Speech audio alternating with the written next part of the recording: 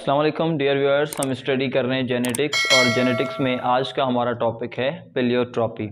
Pleiotropy हम किससे कहते हैं? Multiple effects of one gene. जब एक जीन मतलब के मल्टीपल इफेक्ट्स दिखाए, ज़्यादा फंक्शन जो है वो दिखाए, ज़्यादा करेक्टर्स को कंट्रोल करे, तो उसे हम कहते हैं ये प्लेयोट्रॉपी है।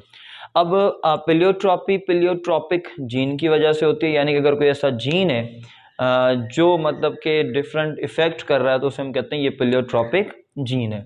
One gene control more than one characters, एक जीन एक से ज्यादा करेक्टर्स कंट्रोल करता है। इसमें एग्जांपल है सिकल सेल एनीमिया, और भी बहुत सारे एग्जांपल हैं, तो हमने यहाँ पर सिकल सेल एनीमिया को डिस्कस किया है।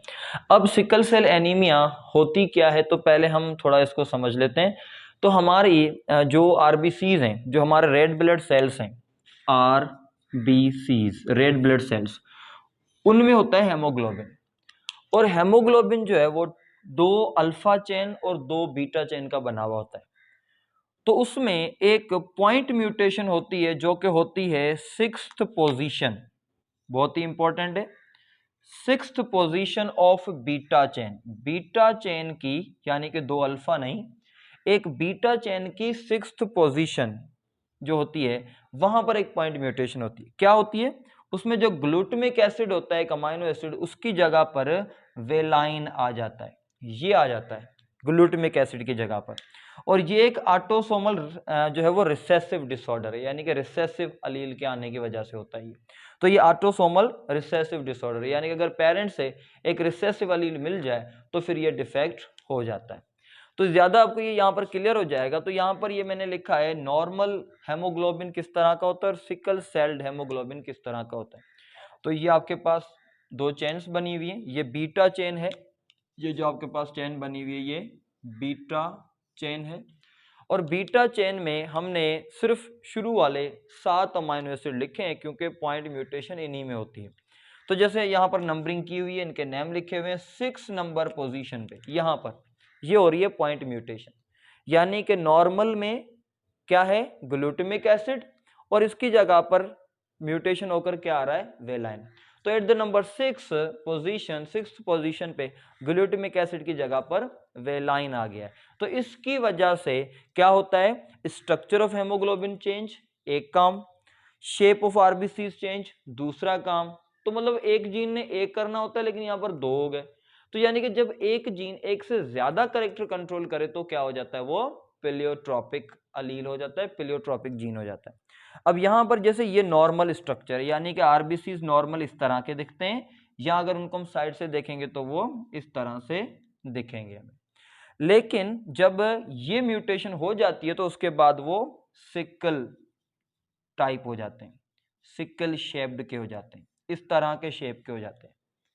तो ये क्यों होते हैं? क्योंकि HBS, यानी कि ये है रिसेसिव जीन, इसकी वजह से होता है। HbA नॉर्मल है, इसकी वजह से नहीं होता।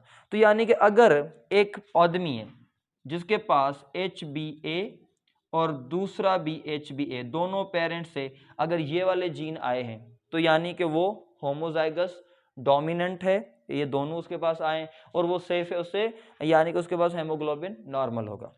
अगर एक जो है वो ऑफस्प्रिंग हो रहा है और उसके पास एक डोमिनेंट और दूसरा रिसेसिव आ जाता है, तो यानी कि इसके पास 50% हेमोग्लोबिन जो होगा वो नॉर्मल, यानी कि सही होगा, और 50% डिफेक्टिव। इट मींस के 50% आरबीसीज नॉर्मल और 50% आरबीसीज जो होंगे वो सिकल शेप्ड होंगे।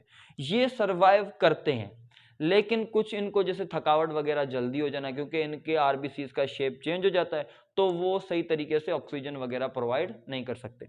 तो इसीलिए ये सर्वाइव करते हैं, लेकिन ये मतलब कि नॉर्मल बंदों की तरह सर्वाइव नहीं कर सकते।